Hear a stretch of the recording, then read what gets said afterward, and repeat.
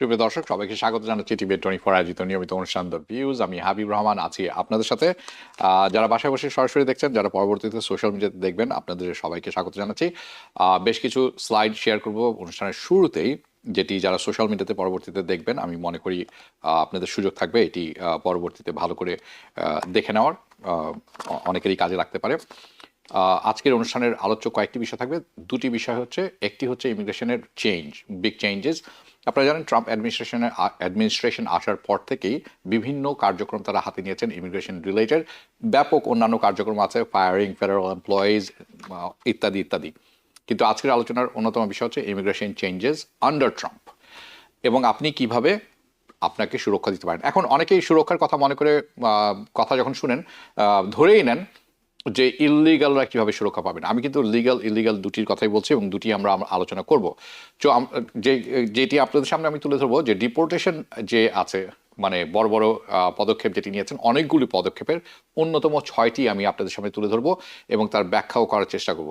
কাজে চলুন প্রথম স্লাইডটি যদি আমরা দেখে নেই। ডিপোর্টেশন অফ মাইগ্রেন্টস, এটি হচ্ছে কর্নার স্টোন, আসল কাজ ট্রাম্প ইমিগ্রেশন পলিসির, এবং রিমুভিং, বের করে দেওয়া আনলফুল মাইগ্রেন্ট যারা আছে ইউনাইটেড স্টেটসের ভিতর থেকে, যার অন্য অর্থে যেটি আপনারা অনেকবার শুনে থাকেন সেটি হচ্ছে ম্যাস ডিপোর্টেশন, উনি অনেকে বলে থাকেন। প্রসঙ্গতম আমি উল্লেখ করতে চাই যে বাইডেন ডিপোর্ট করেছিলেন, বের করে দিয়েছিলেন 2,71,000 মাইগ্রেন্ট 192টি দেশ থেকে 2024 সালে, শুধুমাত্র 2024 সালে। এবং যদি আপনি সম্পূর্ণ বাইডেনের অ্যাডমিনিস্ট্রেশনের সময় সম্পূর্ণ একটি পরিসংখ্যান করেন, সেটা হবে 1.5 মিলিয়ন ইমিগ্রেন্টকে উনি ডিপোর্ট করেছিলেন 4 বছরে। ওকে, এই তথ্যগুলি আসছে by the way migration policy ইনস্টিটিউটের কাছ থেকে। Around the same time Trump তার প্রথম অ্যাডমিনিস্ট্রেশনে ফার্স্ট 4 ইয়ার্সে এরকমই কাছাকাছি 1.4 মিলিয়ন মানুষকে ডিপোর্ট করেছিলেন। কিন্তু এই দুটি নাম্বারই অনেক কম ওবামার অ্যাডমিনিস্ট্রেশনের ফার্স্ট টার্ম। প্রথম 4 বছরে প্রেসিডেন্ট বারাক ওবামা ডিপোর্ট করেছিলেন 2.9 মিলিয়ন মানুষকে। ওকে, নাও এটি উল্লেখ করার কারণ হচ্ছে যে আতঙ্ক তৈরি হয়েছে, আতঙ্ক তৈরি করার কারণ হচ্ছে মিডিয়া একটি বড় আতঙ্ক তৈরি করছে, এবং প্রেসিডেন্ট ট্রাম্প নিজেই বিভিন্ন রকম কথাবার্তা বলছেন, যার কারণে এই জিনিসগুলো আমরা শুনতে পাচ্ছি। সো এই এফেক্টগুলো আমরা দেখতে পাচ্ছি, কারণ আছে আপনারা যেটি এখন দেখতে পাচ্ছেন যে মাইগ্রেশন যেটি আছে। ওকে, এটি একটি বড় ব্যাপার হচ্ছে যে এটি এখন এফেক্টে আছে, it's in effect. Defence department তারা জানিয়েছেন যে তারা মানে প্রথমত 1,500 নতুন করে এমপ্লয়ি সেখানে ডিপ্লয় করেছেন, এবং 5,000-এরও বেশি মানুষকে তারা আরও সেখানে ডিপ্লয় করবেন। সো তাদের মূল উদ্দেশ্য হচ্ছে fortify the US Mexico border, যেটি আপনারা দেখছেন, ফোর্টিফাই অর্থাৎ সুরক্ষা করা ইউএস মেক্সিকো বর্ডারকে, যার জন্য পেন্টাগন অ্যানাউন্স করেছে গত বুধবার যে তারা 1,500 অ্যাক্টিভ ডিউটি ট্রুপস, সৈন্য সেখানে মোতায়েন করছেন। এছাড়াও 2,500 নতুন অ্যাক্টিভ ডিউটি পার্সোনাল সেখানে যাচ্ছেন। এটি হচ্ছে 60% ইনক্রিজ ইন দ্য বর্ডার। দ্বিতীয় যে পদক্ষেপটি তারা নিয়েছেন সেটি হচ্ছে halting the process of migrants and asylum seeker, অর্থাৎ স্থগিত করে দেওয়া, থামিয়ে দেওয়া যে মাইগ্রেন্টরা আসছেন সাউদার্ন বর্ডার অথবা কানাডা পার হয়ে নর্দার্ন বর্ডার থেকে, এবং তারা এসে যখন অ্যাসাইলাম চাচ্ছেন, এটিকে সম্পূর্ণভাবে তারা এখন স্থগিত করে দিয়েছেন। It's an executive order. Trump suspend করেছেন entry of all undocumented migrants to the US. Border patrol যারা আছেন তাদেরকে ইনস্ট্রাকশন দিয়ে দেওয়া হয়েছে, যদি তারা দেখেন এখানে আসছেন, টার্ন দেম অ্যাওয়ে, অর্থাৎ ফেরত পাঠান, সাথে সাথে কোনো রকম অ্যাসাইলেম গ্র্যান্ট করা অথবা হিয়ারিং শোনা ব্যতি রেখেই।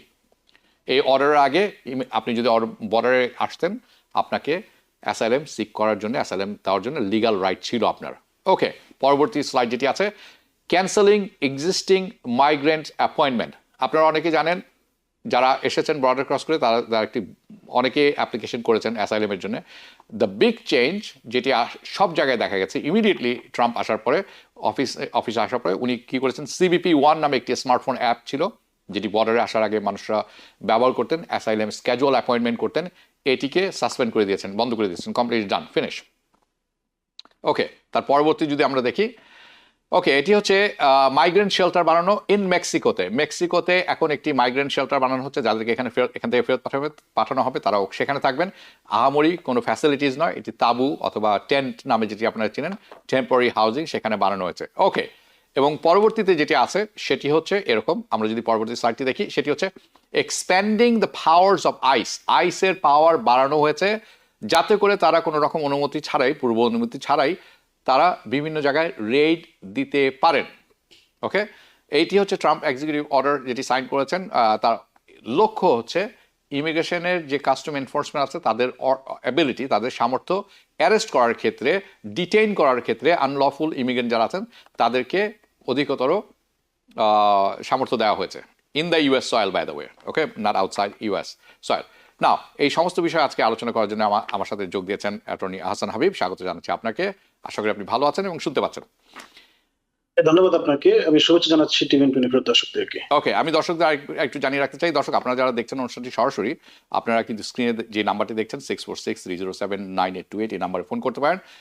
অ্যাটর্নি আহসান হাবিব চেষ্টা করবেন আপনাদের ফোনের প্রশ্নের উত্তর দেওয়ার যতটুকু বোঝা যায়। কাজে আপনার প্রশ্ন থাকলে প্রশ্ন করতে পারেন, কিন্তু গুছিয়ে নেবেন প্রশ্নটা একটু। ওকে, আমরা এখন আহসান হাবিব আপনার কাছে আছি। এই যে এখন বর্তমানে যে সিচুয়েশন চলছে, আপনি বিভিন্ন রকম অ্যাসাইলেম করে থাকেন, আপনি যারা পেরোল আছে তাদের আমরা শুনছি পেরোল স্থগিত, এই সমস্ত বিষয়ে যদি আপনি কোনো আপডেট আমাদেরকে একটু দিতে চান, আমি সেটি শুনতে চাই প্রথমে, দর্শকরাও শুনতে চাচ্ছেন, তারপর আমরা অন্য প্রসঙ্গে যাব।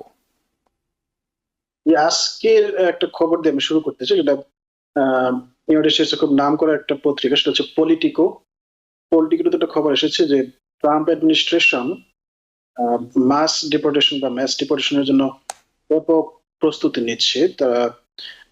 তারা কংগ্রেসের কাছ থেকে $25 বিলিয়ন বাজেট চেয়েছে, এবং তাদের টার্গেট হচ্ছে প্রত্যেক মাসে $500,000 মাইগ্রেন্টদেরকে ডিপোর্ট করা। এবং 2026 সালে যে মিড টার্ম আছে, সেই মিড টার্ম নাগাদ প্রায় 12 মিলিয়ন মাইগ্রেন্টকে ডিপোর্ট করা। যদিও অনেকে বলছেন যেটা লজিস্টিক্যালি বা আইনগতভাবে সেটা সম্ভব নয়, কিন্তু প্রজেক্টটা কিন্তু 26 পেজের একটা ডকুমেন্ট, যেটা পাবলিশড হয়েছে বিভিন্ন নিউজ পেপার যেমন পলিটিকো বা এবং বিভিন্ন মিডিয়াতে সেটা এসেছে। এটা যদি হয় তাহলে এটা কিন্তু আরো ড্রাস্টিক একটা মেজার। মিনস আমরা অলরেডি যা দেখছি যে প্রেসিডেন্ট ট্রাম্প বা ইনঅগ্রেশনের পর থেকে অলরেডি ডিপোর্টেশন নিয়ে একটা আতঙ্ক বা একটা উদ্যোগ শুরু হয়েছে। এখন যদি এই প্ল্যানটাকে কার্যকর করা হয় যে প্রত্যেক মাসে 500,000 মাইগ্রেন্ট, সেক্ষেত্রে কিন্তু আমার মনে হয় যেটা ব্যাপক হার্ডল কিন্তু শুরু হবে, বেশ কিছু কমিউনিটিতে অনেক ইম্প্যাক্ট পড়বে। বিশেষ করে কনসার্নটা হচ্ছে যারা অলরেডি প্রসিডিংস এ আছেন, বিশেষ করে যারা অলরেডি অ্যাসাইলাম অ্যাপ্লিকেশন ফাইল করেছেন অ্যাসাইলাম অফিসে অথবা ইমিগ্রেশন কোর্টে, তাদেরকেও কি ডিপোর্ট করা হবে কিনা, এটা কিন্তু একটা বিগ কোয়েশ্চন যেটা রয়ে যায়। আপনারা জানেন যে অলরেডি এক্সপাইরেটেড রিমুভাল যেটা, সেটাকে ন্যাশন ওয়াইড এক্সপান্ড করা হয়েছে। দ্যাট মিনস আগে যারা বর্ডারে ছিল শুধু তাদেরকে এক্সপাইরেটেড রিমুভাল করা হতো, এখন যে কোনো ব্যক্তিকে যদি প্রসিডিংস এ থাকে, অলরেডি অ্যাসাইলাম অ্যাপ্লিকেশন ফাইল করা আছে বা তার কোর্ট হিয়ারিং চলতেছে বা তার কোর্ট ডেট আছে, এমন অবস্থায়ও তারা যে কোনো ব্যক্তিকে আটক করে তার রিমুভাল প্রসিডিংস কে ক্যান্সেল করে তাকে এক্সপাইরেটেড রিমুভাল প্রসিডিং বা কোনো হিয়ারিং ছাড়াই কিন্তু তাকে করে দিতে পারে, যেটা হচ্ছে যারা ইলিগালি এখানে এসেছেন বা যাদের ইলিগাল এন্ট্রি, এদের ক্ষেত্রে। জি, এবং এই বিষয়ে বেশ, জি শেষ করুন, আমি দুঃখিত। জি, সুতরাং এই যে একটা যে মুভটা বোঝা যাচ্ছে যে প্রেসিডেন্ট ট্রাম্প সম্ভবত আরো বড় ধরনের ডিপোর্টেশন বা আরো বড় ধরনের প্রজেক্ট যেটা উনি শুরু করতে যাচ্ছেন, যদি কংগ্রেস থেকে এই ফান্ড $25 বিলিয়ন যদি পেয়ে থাকেন, তাহলে কিন্তু এটা বড় ধরনের সমস্যা কিন্তু সম্মুখীন হতে পারে, বিশেষ করে মাইগ্রেন্ট কমিউনিটি। জি, এই বিষয়ে কিছু পরিসংখ্যান আমার কাছে আছে, আমি সেটা তুলে ধরবো আজকের যেটি আলাপ করলেন, কারণ তারা কি খুঁজছেন, কতজনকে পেয়েছেন, কতজনকে পাচ্ছেন না, কেন পাচ্ছেন না, এই ব্যাপারে একটি পরিসংখ্যান আমার কাছে আছে, কিছুক্ষণ পরে তুলে ধরবো। কিন্তু আমাদের সাথে ফোনে অনেকে আছেন, আমি কয়েকটি প্রশ্ন নিয়ে নিব। মোহাম্মদ খায়রুল ইসলাম, আপনি যে প্রশ্নটি করেছেন, আপনার প্রশ্নতে আমি দেখেছি, এবং আপনার এই প্রশ্নটি শুধু আপনার একারই নয়, অনেকেরই আছে। আমি প্রশ্নটি নিয়ে রাখলাম, কিছুক্ষণ পরে আমি তুলে ধরবো অ্যাটর্নি আহসান হাবিবের কাছে। ফোনে কি আছেন আমাদের সাথে? হ্যালো, আসসালামু আলাইকুম। হ্যাঁ, ওয়ালাইকুম সালাম, শুনছি, বলুন। হ্যালো, আপনি প্রশ্নটি করুন প্লিজ। জি হাবিব ভাই, আমার দুটি প্রশ্ন আছে অ্যাটর্নির কাছে। আমার একটি প্রশ্ন হচ্ছে, আমি বিগত লাস্ট 2 উইকস আগে এটা করছিলাম, বাট আমার কোর্টটা ছিল এই February 24-এ। হুম সো ফাইনাল হিয়ারিং আছিল অ্যাসাইলেমেন্ট। সো আমার অ্যাটর্নিটা লেফট হয়েছিল, মানে চলে গেছিল। ও বলছিল যে আমার এটা করবে না, সে আমার সাথে কাজ করবে না। তো ওর সাথে আমার কিছু ফাইট হয়েছিল। সো এই ক্ষেত্রে অ্যাটর্নি এই উইথড্র লেটার দিছিল কোর্টে। সো সে আমার অ্যাটর্নি না। সো আমি যখন কোর্টে গেছিলাম, তখন যাওয়ার পরে মনে করেন আমি জিজ্ঞেস করছি যে আমার আজকে কোর্ট। সো এই ক্ষেত্রে যে ওরা বলছে না, তোমার তো কোর্ট চেঞ্জ হয়ে গেছে ডেটটা। তো ডেটটা চেঞ্জ হয়ে গেছে, নেক্সট ইয়ার ওরা কোর্টটা দিয়েছে। তো তারপরে আমি চলে আসছি, বাট ওরা প্রিন্ট করে দিয়েছে ওই পেপারটা আমার নেক্সট ইয়ারিং এর। বাট ওইখানে এখনো দেখা যাচ্ছে যে আমার অ্যাটর্নি আগের অ্যাটর্নির নাম, ওইটা ঠিক রিমুভ আছে, হয় নাই। প্রশ্নটি করুন। তো এটা হচ্ছে একটা প্রশ্ন। সো এক্ষেত্রে কি আমার কি করা মানে জি। কি করা সম্ভব, এটা একটু বলবেন। আর আরেকটা প্রশ্ন হচ্ছে যে আমি এখানে ম্যারিড, আমি বিয়ে করেছি আজ থেকে 4 বছর আগে। Hmm so I-130 still is pending. So ওইটা কি আমার কোনো মানে ট্রান্সফার করা কি সম্ভব Sure. কিনা? খুব খুব খুবই ইম্পর্টেন্ট দুটি প্রশ্ন করেছেন, ধন্যবাদ আপনাকে। হাসান হাবিব। ধন্যবাদ আপনার প্রশ্নের জন্য। প্রথম প্রশ্নটি হচ্ছে যে আপনার অ্যাটর্নির সাথে আপনার একটা ডিসপিউট, একটা ইস্যু অ্যারাইজ করেছে এবং আপনার অ্যাটর্নি একটা মোশন টু উইথড্র সম্ভবত ফাইল করেছেন, এবং বেসড অন দিস আপনার আহ, যে হিয়ারিংটি ছিল সেই হিয়ারিংটি কন্টিনিউ করে দেওয়া হয়েছে বা পিছিয়ে দেওয়া হয়েছে। এটা আসলে খুব আনইউজুয়াল না। অনেক সময় যদি অ্যাটর্নিরা প্রিপেয়ার না থাকেন বা যদি কোনো সময় ক্লায়েন্ট যদি কোঅপারেট না করে, তো অ্যাটর্নিদের অবশ্যই একটা মোশন ফাইল করার এখতিয়ার থাকে। সেক্ষেত্রে হয়তো বা কোর্ট অবস্থা বিবেচনা করে আপনার কেসটাকে পিছিয়ে দিয়েছে।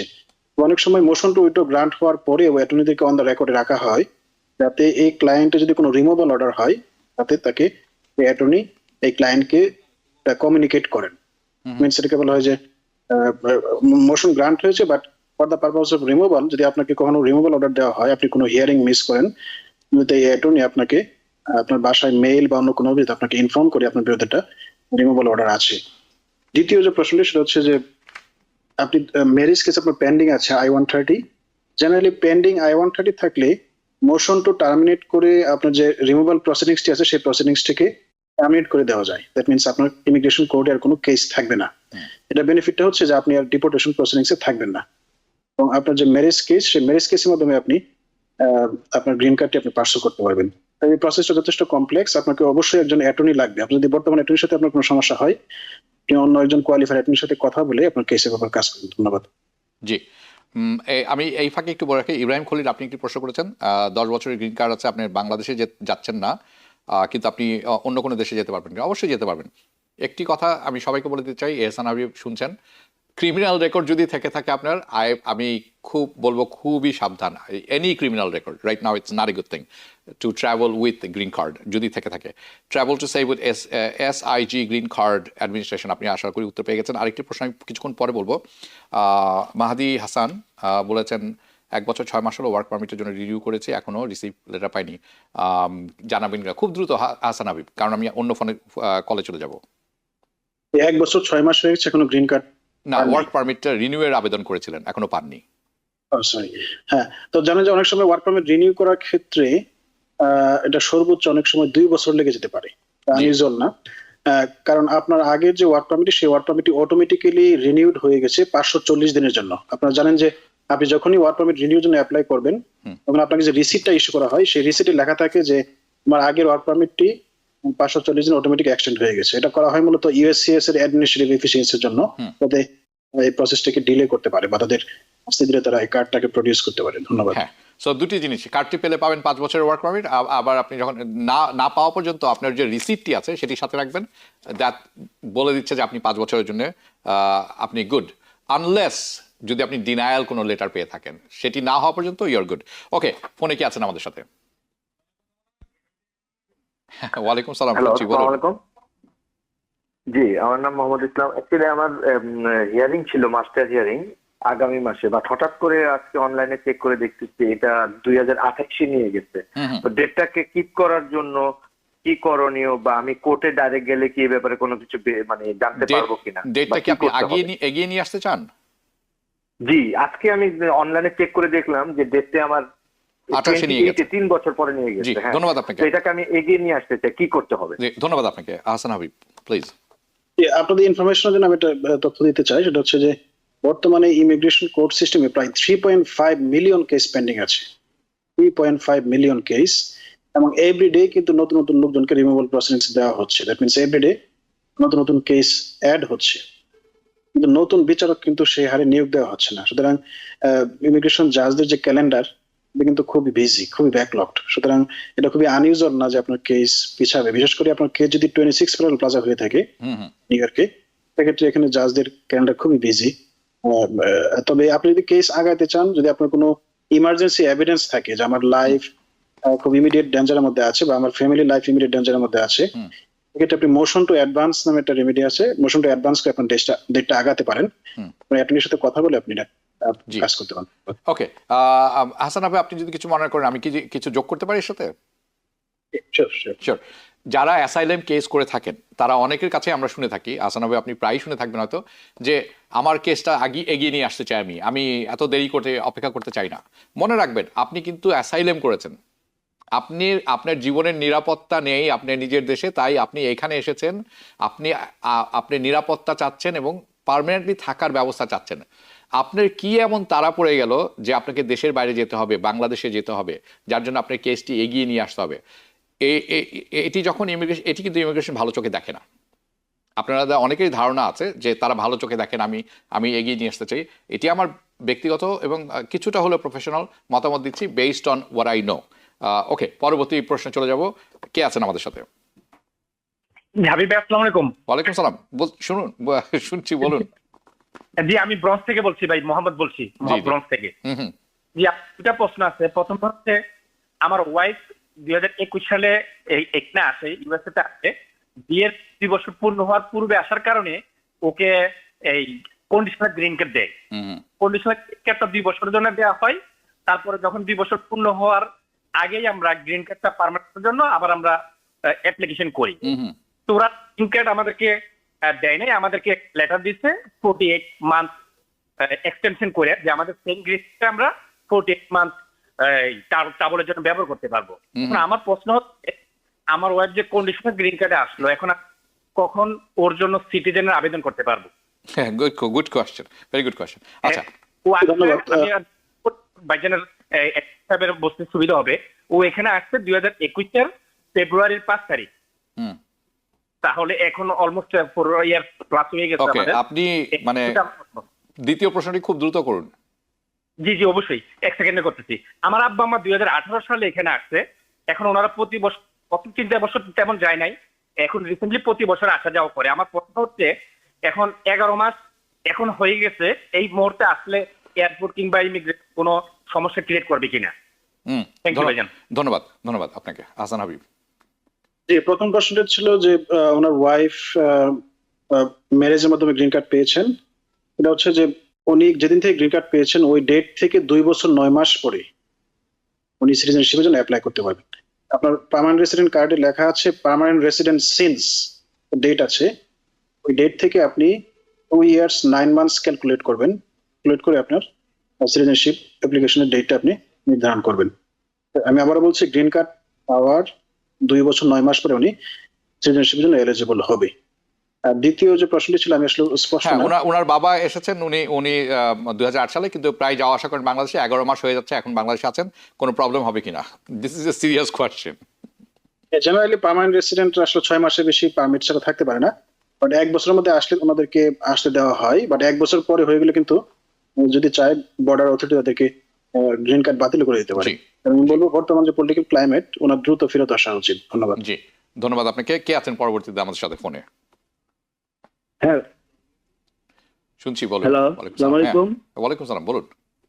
হ্যাঁ, আমি মঈনুদ্দিন বলছি, ব্রুকলিন থেকে।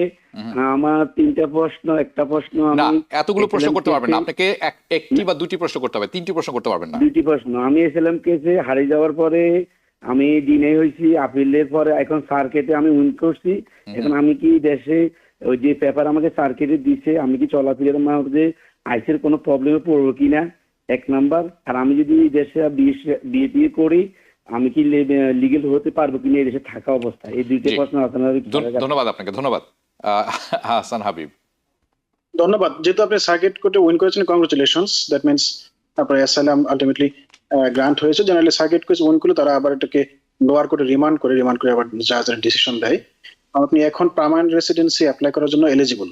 আপনি চাইলে এখন পার্মানেন্ট রেসিডেন্সি অ্যাপ্লাই করতে পারেন through as an অ্যাসাইলি। Second question হচ্ছে আপনি ম্যারেজ করে কি অ্যাডজাস্ট করতে পারবেন? উনি দেশে যেতে চাচ্ছেন, দেশে যেয়ে উনি বিয়ে করতে চাচ্ছেন। না, এই মুহূর্তে মনে হয় না যে আপনার ট্রাভেল করা ঠিক হবে, কারণ অ্যাসাইলামের মূল ভিত্তি কিন্তু আপনি দেশে যেতে ভয় পান বা দেশে গেলে আপনার সমস্যা হবে। আমি বলবো না যে আপনার সিটিজেন হওয়া পর্যন্ত আপনার মনে হয় দেশে না যাওয়াটাই বুদ্ধিমানের কাজ, বিশেষ করে স্পেশালি নেক্সট 4 ইয়ার্স, এখানে যেহেতু পলিটিক্যাল ক্লাইমেটটা খুবই অ্যান্টি ইমিগ্রেন্ট। জি, ওকে, হাসান হাবিব বলেছেন নেক্সট 4 ইয়ার্স। আমি বলবো আপনি সিটিজেন না হওয়া পর্যন্ত এই সুযোগটা না নেওয়াটা হবে খুবই বুদ্ধিমানের কাজ। নিউ ইউজার নামে আরেকজন কাছাকাছি প্রশ্ন করেছেন, গ্রিন কার্ড পেয়েছেন অ্যাসাইলামের মাধ্যমে, 2 মাস হলো। কংগ্রাচুলেশন আপনাকেও। প্লিজ, আপনি যদি দেশে যেতে চান, travel with your own risk. It is a risk, এবং আপনাকে দেয়াই হয়েছে আপনার জীবন বিপন্ন বাংলাদেশে, সেই কারণে আপনাকে থাকতে দেওয়া হয়েছে এখানে পার্মানেন্টলি। আপনারা একটা জিনিস ভুলে যাবেন না, green card is nothing but এটা যেটা হচ্ছে it's a work permit with travel permission. It doesn't have all the rights like citizen. মনে রাখবেন কথাটা, আমরা ভুলে যাই সেটি। ওকে, পরবর্তীতে কে আছেন আমাদের সাথে ফোনে? হ্যালো, আসসালামু আলাইকুম। ওয়ালাইকুম সালাম, শুনছি, বলুন। জি, আমি এমডি আশরাফুল ইসলাম বলছি ব্রঞ্জ থেকে। হাবিব ভাই, অ্যাটর্নি স্যারের কাছে আমার 2টা প্রশ্ন। আমি আমি উইন হয়েছি, গ্রিন কার্ডের জন্য অ্যাপ্লাই করছি, আজকে 18 মাস চলতেছে, এখন পর্যন্ত গ্রিন কার্ডটা আসতেছে না। দ্বিতীয় প্রশ্ন হচ্ছে আমি ট্রাভেল ডকুমেন্ট পাইছি, ওইটা এক্সপায়ার হবে আপনার সেপ্টেম্বরে। তো এই ক্ষেত্রে আমার এখন কি করার আছে? আর আমি বাংলাদেশ ছাড়া ট্রাভেল ডকুমেন্ট দিয়ে ফ্যামিলির সাথে দেখা করতে মানে ইন্ডিয়া বা সৌদি আরব যেতে চাই, এতে কি কোনো সমস্যা হবে কিনা? হ্যাঁ, খুব ভালো প্রশ্ন, খুব ভালো প্রশ্ন। হাসান হাবিব প্লিজ। যে প্রথম প্রশ্ন হচ্ছে যে হ্যাঁ, অনেক সময় অ্যাসাইলিদের যে গ্রিন কার্ড প্রসেসিংটি সেটা অনেক সময় 2 বছর বা আরো বেশি সময় লেগে যায়। আপনি আপনার অ্যাটর্নির সাথে কথা বলে বা ইউএসসিএস এ কল দিয়ে আপনি আপডেট নিতে পারেন যে আপনার অ্যাপ্লিকেশনটি কি অবস্থা বা কোনো আউটস্ট্যান্ডিং কোনো কিছু আছে কিনা। আর দ্বিতীয় প্রশ্নটি হচ্ছে যে আপনি ট্রাভেল ডকুমেন্ট দিয়ে ট্রাভেল করতে চান, তো ট্রাভেল ডকুমেন্ট অ্যাপ্লাই করার সময় জেনারেলি কোন কোন দেশে আপনি ট্রাভেল করবেন সেটা স্পেসিফাই করা হয়, এবং কি পারপাসে আপনি ট্রাভেল করবেন সেটাও স্পেসিফাই করা হয়। সুতরাং যেসব দেশে আপনার ট্রাভেল করার পারমিট থাকে, এসব দেশে আপনি অবশ্যই ট্রাভেল করতে পারেন, এক্সেপ্ট আপনি যে কান্ট্রির বিরুদ্ধে অ্যাসাইলাম করেছেন সেই কান্ট্রি ছাড়া। এবং এই ট্রাভেল ডকুমেন্ট জেনারেলি 1 বছর ভ্যালিড থাকে, সুতরাং আপনি খেয়াল রাখবেন যে আপনার ট্রাভেল ডকুমেন্ট কি এখনো ভ্যালিড আছে কিনা। জি, হাসান হাবিব, একটি প্রশ্ন আমি ফেসবুক থেকে তুলে দিব, আমার মনে হয় এটি অনেকেই থাকবেন এরকম। উনি বলছেন, এমডি শাকিল, আমি 2021 সালে বর্ডার দিয়ে এসেছি, অর্থাৎ বর্ডার অতিক্রম করে উনি এসেছেন, প্যারালি ধরে নেবেন আপনি। আমার মামলা এখনো অনলাইনে আসে নাই, এখন আমাকে কি করা উচিত? আপনারা যারা শুনছেন অনেকেই কিন্তু এটির মধ্যে পড়বেন। দিস ইজ অনুষ্ঠানের শুরুতেই এটি আমি ব্যাখ্যা করার চেষ্টা করেছিলাম। হাসান হাবিব প্লিজ বলুন। আপনারা জানেন যে যারা বর্ডার দিয়ে আসে তাদেরকে নোটিস টু অ্যাপিয়ার আমি একটা ডকুমেন্ট ইস্যু করে আইস। নোটিস টু অ্যাপিয়ার হচ্ছে একটা চার্জিং ডকুমেন্ট। এখানে আইস কিছু এলিগেশন আনে যে তুমি যুক্তরাষ্ট্রের নাগরিক না, এবং তুমি এই ডেটে এই জায়গা দিয়ে তুমি যুক্তরাষ্ট্রে ইলিগালি প্রবেশ করেছো without any visa, without any passport ও ট্রাভেল ডকুমেন্ট, এবং তুমি ইমিগ্রেশন এবং ন্যাশনালিটি অ্যাক্টের এই ধারাগুলো লঙ্ঘন করেছো। বলা হয় notice to appear. Notice to অ্যাপিয়ারটা যদি কোর্টে ফাইল করা হয় তাহলে কিন্তু আপনার কেসটা অনলাইনে আসবে বা আপনাকে কোর্টে প্রসিডিংসটা চালু হবে। তো অনেকের ক্ষেত্রে আইস বা immigration custom enforcement notice to অ্যাপিয়ারটাকে তারা কোর্টে ফাইল করে না। কোর্টে ফাইল না করে জাস্ট নোটিস টু অ্যাপিয়ারটাকে এভাবে ফেলে রাখে। আপনার সিচুয়েশনটা হচ্ছে অনেকটা এরকম যে আপনার নোটিস টু অ্যাপিয়ার ইস্যু হয়েছে কিন্তু আপনি কিন্তু আপনার কেসটা এখনো কোর্টে যায়নি। সেক্ষেত্রে আপনি আইসকে রিকোয়েস্ট করতে পারেন আপনার অ্যাটর্নির মাধ্যমে যে আপনার নোটিস টু অ্যাপিয়ারটি যাতে কোর্টে ফাইল করা হয়। যদি কোর্টে ফাইল হয় সেক্ষেত্রে আপনার কেসটা কোর্টে আসবে এবং আপনি কেসটা অনলাইনে দেখবেন। বর্তমান যে পরিস্থিতি, এই পরিস্থিতি আমি বলবো যে কোর্টে না যাওয়াটাই বরং বেটার। কারণ অনেক সময় দেখা যাচ্ছে কোর্টে রিমুভাল প্রসিডিং চলাকালীন সময় অনেককে অ্যারেস্ট করা হচ্ছে বা আইস তাকে অ্যারেস্ট করে তাকে ডিটেইন করছে। সুতরাং আমার মনে হয় যাদের অলরেডি কেস কোর্টে নাই তাদের they are better off by having their case off the calendar or without the court. তো আপনি আপনার অ্যাটর্নির সাথে কথা বলে আপনি ডিসিশন নেন। বা আপনার যদি কোনো ইমার্জেন্সি সিচুয়েশন থাকে যে আপনার এভিডেন্স হয়তো নষ্ট হয়ে যাবে বা এভিডেন্সটা আপনার প্রিজার্ভ করা যাচ্ছে না, সেক্ষেত্রে আপনি হয়তো আইসকে রিকোয়েস্ট করে আপনার কেসটা কোর্ট নিতে পারে। এটা সম্পূর্ণ এখতিয়ার আইসের বা ইমিগ্রেশন কাস্টম এনফোর্সমেন্ট অথরিটি। জি, হচ্ছে একটা প্রসিকিউশনের মতো, ক্রিমিনাল কেসে যেরকম প্রসিকিউশন, আইসের যেরকম একটা প্রসিকিউটর পাওয়ার আছে আপনার কেসটা কোর্টে ফাইল করার। জি, ধন্যবাদ। ওকে। বিনা আক্তার একটি প্রশ্ন করেছিলেন, আমি প্রশ্ন রিপিট করব না, আপনি অনলাইনে করুন। ওকে, না সশরীরে যাওয়ার দরকার নেই, আপনি অনলাইনে করুন। সময়ের সংক্ষিপ্ততার জন্য এটি আমি দ্রুত উত্তর দিয়ে দিলাম। কে আছেন আমাদের সাথে পরবর্তীতে ফোনে? আসসালামু আলাইকুম। জি, ওয়ালাইকুম আসসালাম। ভাই আমি একটু হাবিব ভাইয়ের সাথে কথা বলতে চাচ্ছিলাম। হ্যাঁ, সেটা উনি হচ্ছে শুনছেন। জি, আমাকে গত বছর মার্চ মাসে 2 বছর আগে আমি বর্ডার ক্রস করে এসেছিলাম। আমাকে পিডি অফার করা হয়েছে, পিডি অ্যাপ্রুভ করা হয়েছে, এবং কি এখন কি আমাকে ডিপোর্টেশনের কোনো সম্ভাবনা আছে কিনা, এবং কি আমি নতুন করে আবারও এসএলএম কেস অ্যাপ্লাই করেছি, বাট এখনো নোটিফিকেশন পাচ্ছি না। কেন অ্যাপ্রুভ হচ্ছে না এটা আমি বুঝতে পারতেছি না। আর একটা কোশ্চেন হচ্ছে, আমি নিউ ইয়র্ক থেকে বর্তমানে আমি আটলান্টাতে এসে আইডিটা চেঞ্জ করে ফেলছি। এখন কি আমার আটলান্টাতে এবং কি আমি ট্যাক্স পে করে জব করতেছি, এই ক্ষেত্রে কি কোনো সমস্যা আছে কিনা আমার জব করাটা? ওকে, ধন্যবাদ। ধন্যবাদ। প্রথম প্রশ্ন হচ্ছে প্রসিকিউটর ডিসিশন বা পিডিও হবে। পিডিও হচ্ছে অনেক সময় দেখা যাচ্ছে ফাইনাল হিয়ারিং এর সময় কোর্ট অথবা হোমল্যান্ড সিকিউরিটি তারা তাদের ডিসক্রিপশন প্রয়োগ করে তারা বলে যে এই কেসটাকে আমরা ট্রায়ালে নিব না, না নিয়ে তাকে আমরা দেশে আরো থাকতে দিব এবং তার কেসটাকে আমরা ডিসমিস করে দিব। তার মানে কিন্তু আপনাকে ডিপোর্ট করে দেওয়া না। পিডি মানে আপনি আপনার এই মুহূর্তে কোনো মানে কোর্টে আপনার কোনো কেস নেই, বা এই মুহূর্তে আপনার বিরুদ্ধে কোনো রিমুভাল প্রসিডিংস বা ডিপোর্টেশন প্রসিডিংস নেই। নতুন করে আবার অ্যাসাইলাম ফাইল করতে পারবেন। আপনি অলরেডি বলেছেন যে আপনি কেস ফাইল করেছেন। অনেক সময় রিসিট আসতে 3-4 মাস সময়ও লেগে যায়। আপনি অ্যাটর্নির সাথে যোগাযোগ করেন, নিশ্চয়ই আপনাকে একটা আপডেট দিবে। জি। আর দ্বিতীয়ত হচ্ছে আপনি আটলান্টায় মুভ করেছেন, আপনার অ্যাড্রেস অবশ্যই চেঞ্জ করা উচিত। যে কোনো মাইগ্রেন্টকে যদি সে পার্মানেন্ট রেসিডেন্ট হয় তাকে অবশ্যই উইদিন 5 days তাকে অ্যাড্রেস কিন্তু আপডেট করতে হবে। ইমিগ্রেশন কোর্টে হোক অথবা ইউএসসিএস হোক, আপনার প্রসিডিং যেখানে পেন্ডিং আছে সেখানে আপনার অ্যাড্রেস আপডেট করতে হবে। Otherwise this could be a ground for for removal or deportation. AR-14 নামে একটি ফর্ম আছে যেটি আপনাকে ফিল আপ করতে হবে, 14 দিনের মধ্যেই করার নিয়ম। এবং বিশ্বাস করুন আর না করুন, এটির কারণে আগে কোনোদিন হতো না, কিন্তু এখন তারা সুযোগ খুঁজবেন যে কোনো কারণে আপনাকে বাতিল করে দেওয়ার। কাজে এই সুযোগটি আপনি তাদেরকে দেবেন না। জিনাত ইসবাত চৌধুরী, যে প্রশ্নটি আপনি করেছেন, আপনার প্রশ্নটি রিপিট করলাম না। এখন ইউএসসিআইএস এর লোক সংখ্যা কম, আরও কর্মী ছাঁটাই করা হচ্ছে প্রতিদিন। গতকালও আমি শুনেছি বেশ কিছু ছাঁটাই হয়েছেন। These are federal worker, but Trump administration করছেন। কাজেই আপনি আহসান হাবিব শুরুতেই বলেছেন 3.6 আর 3.9 কি বলেছিলেন? 3.5 মিলিয়ন। 3.5 মিলিয়ন কেসের পেছনে আছি আমরা এখন, তার উপর কর্মী ছাঁটাই। কাজে আপনি যে আপনার চিঠি পাননি, 5 মাস হয়ে গেছে, ডোন্ট ওয়ারি, পেয়ে যাবেন। আমি বাকিটার উল্লেখ করলাম না। কে আছেন আমাদের সাথে ফোনে? হ্যালো, আসসালামু আলাইকুম। ওয়ালাইকুম সালাম, শুনছি, বলুন। জি ভাইয়া, আমি ফিলাডেলফিয়া থেকে বলছিলাম, ফয়সাল হাসান। হুম। আমার কোশ্চেন হচ্ছে, আমি এখানে আসছি আসালাম হয়েছে প্রায় 7 বছর হয়ে গেছে। তো আমি এখনো কেস পেন্ডিং আছে। এর ভিতরে আমি বিয়ে করছি এখানে 1.5 বছর 2 বছরের কাছাকাছি। তো আমার কোশ্চেন হচ্ছে, আমি কি এখনো কোনো ট্রাম্পের যে বর্তমানে সিচুয়েশন এরকম ইয়াতে আমি কোনো ডেঞ্জার জন্য আছি কিনা?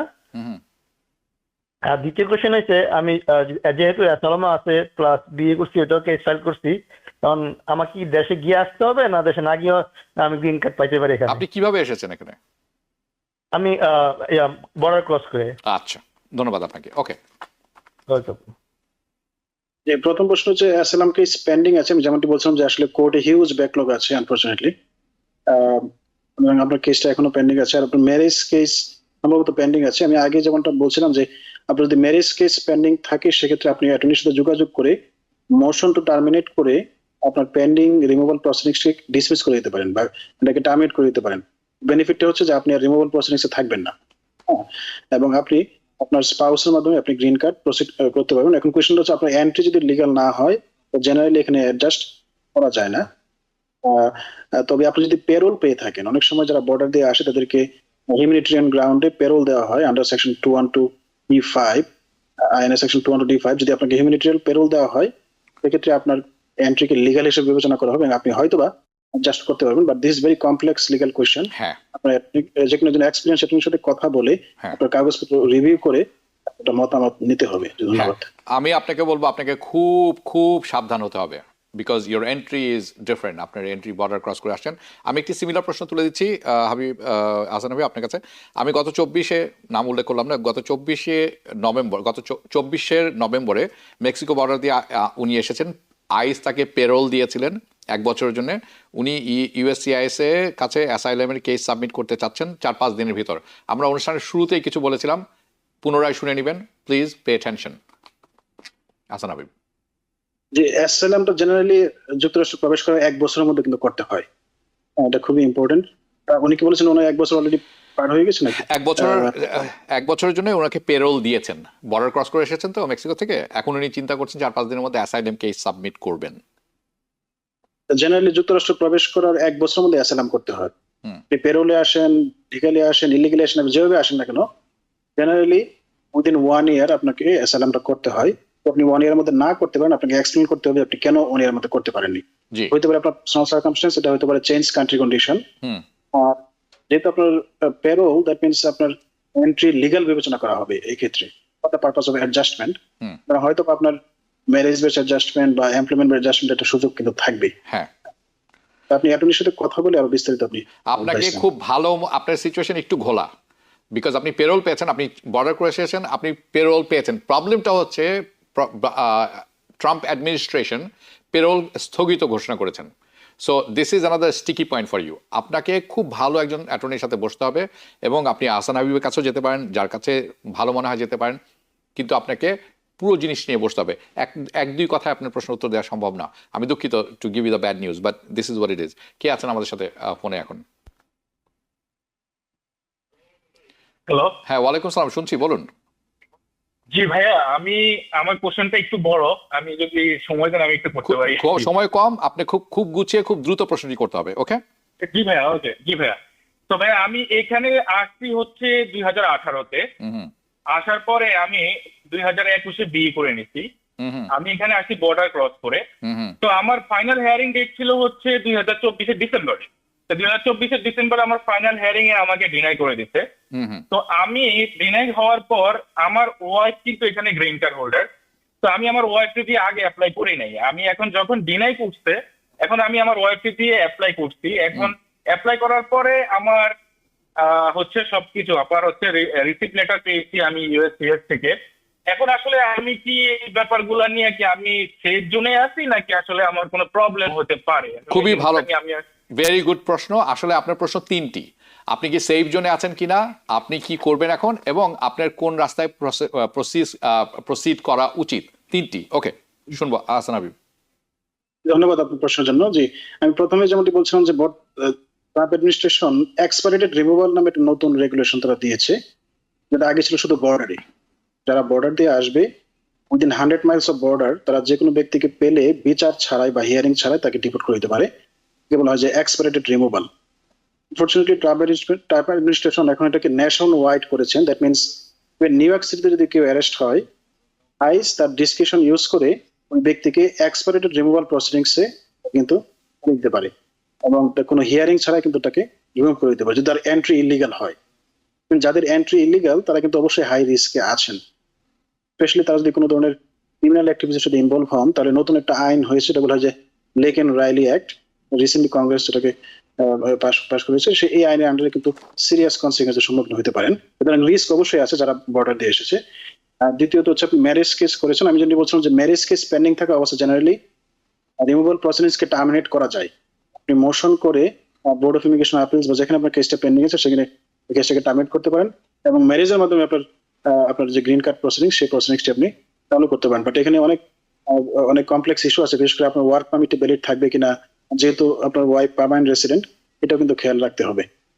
ধন্যবাদ আপনার প্রশ্নের জন্য। আপনার এগেইন এটা ভেরি কমপ্লেক্স সিচুয়েশন, আপনি একজন অ্যাটর্নির সাথে পার্সোনালি কথা বলে আরো বিস্তারিত ডিসিশন নেন। ধন্যবাদ। সারাজু মনিরা, আপনি যে প্রশ্নটি করেছেন এই প্রশ্নটি আসলে প্রশ্নটা মন্তব্য প্রশ্ন মেলানো, এটি আজকের অনুষ্ঠানের স্কোপের বাইরে। হাউএভার আমি কিছু কিছু ব্যাপারে আপনার সাথে একমত পোষণ করি।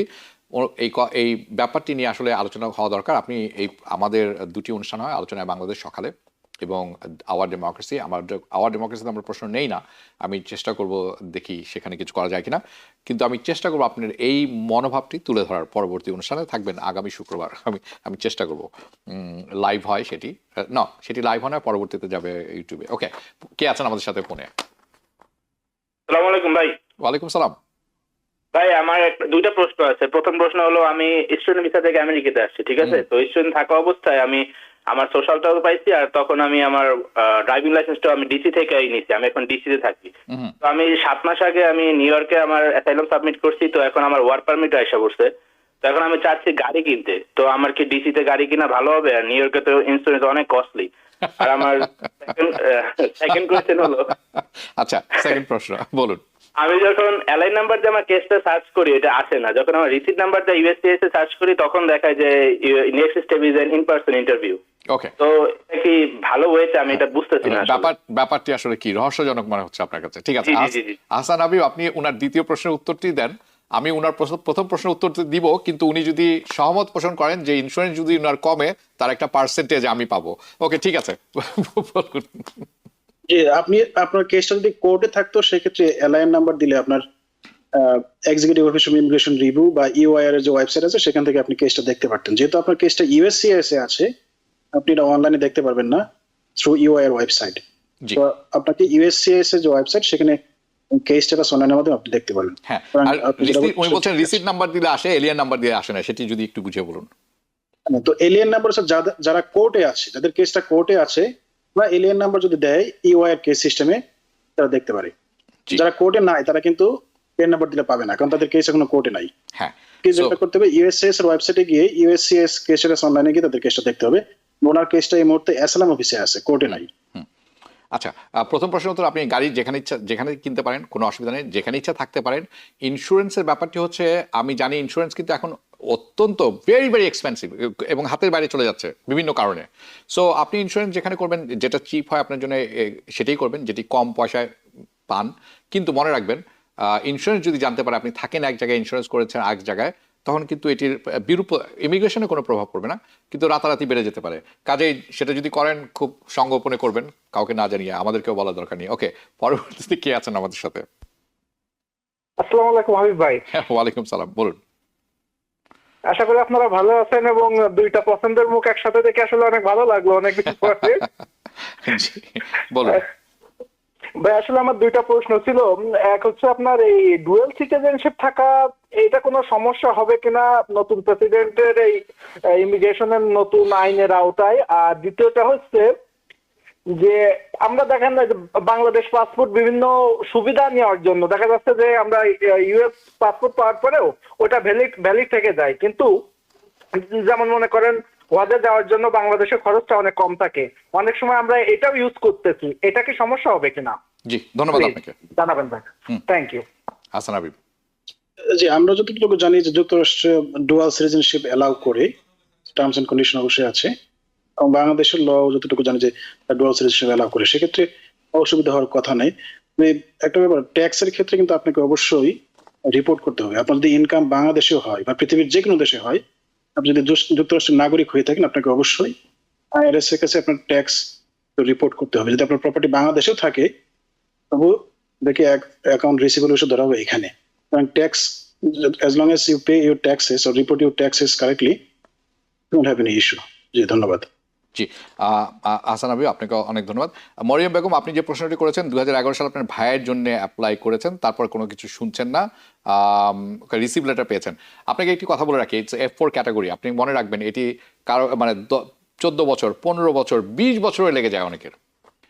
কাজেই আপনার সেরকম শঙ্কিত হওয়ার কারণ নেই, আপনার সময় চলে এসেছে। আপনি একটু ভিসা বুলেটিনের দিকে খেয়াল রাখবেন,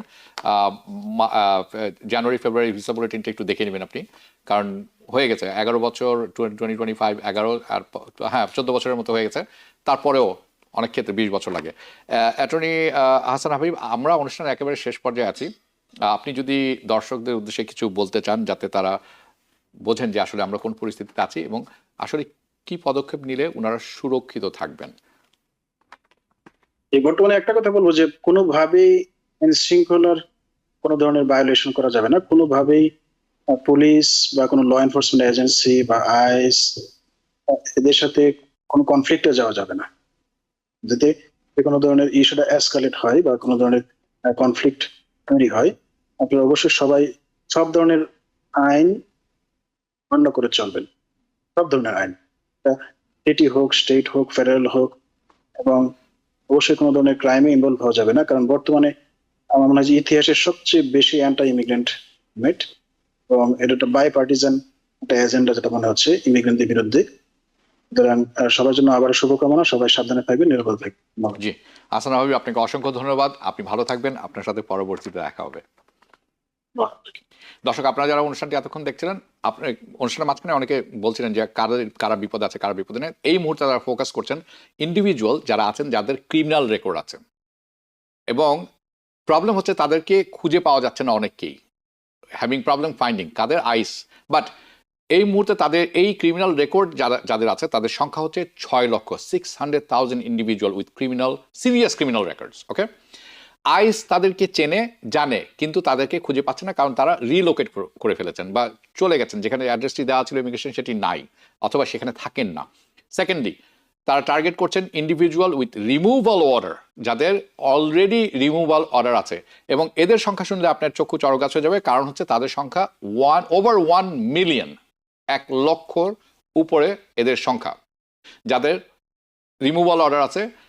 অনেকের আছে 10 বছর হয়ে গেছে রিমুভাল অর্ডার, 10 বছর হয়ে গেছে, তারপরেও এই রিমুভাল অর্ডার আছে।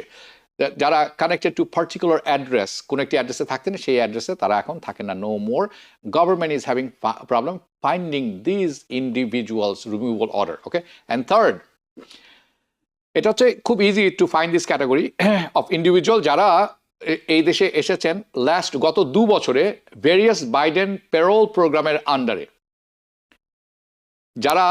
যাদের এই 3টি যারা পেরোল প্রোগ্রাম বলে আমরা চিনি, যারা তাদেরকে ক্যান্সেল করা হচ্ছে, অনেকে তাদেরকে পেরোল প্রোগ্রামটি স্থগিত ঘোষণা করা হচ্ছে, বাতিল নয়, স্থগিত ঘোষণা।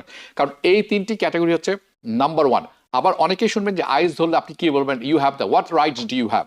আপনি কখনোই কনফ্রন্টেশনে যাবেন না, আপনাকে ধরা হয়েছে, আপনার অধিকার আছে একটা লয়ার নেওয়ার। Let the lawyer fight for you, এটি হচ্ছে আপনার রাইট। ওখানে দাঁড়িয়ে দাঁড়িয়ে আর্গুমেন্ট করা এটা কোনো বুদ্ধিমানের কাজ নয়। আজকে এখানে শেষ করছি, সবাই ভালো থাকবেন, শুভরাত্রি। TBN 24 টেলিভিশন দেখতে আজই কল করুন 7187776556। লগ ইন করুন www.totalcablebd.com। নিউ ইয়র্ক থেকে সম্প্রচারিত TBN 24 টেলিভিশন বিশ্বজুড়ে বাঙালির কণ্ঠস্বর।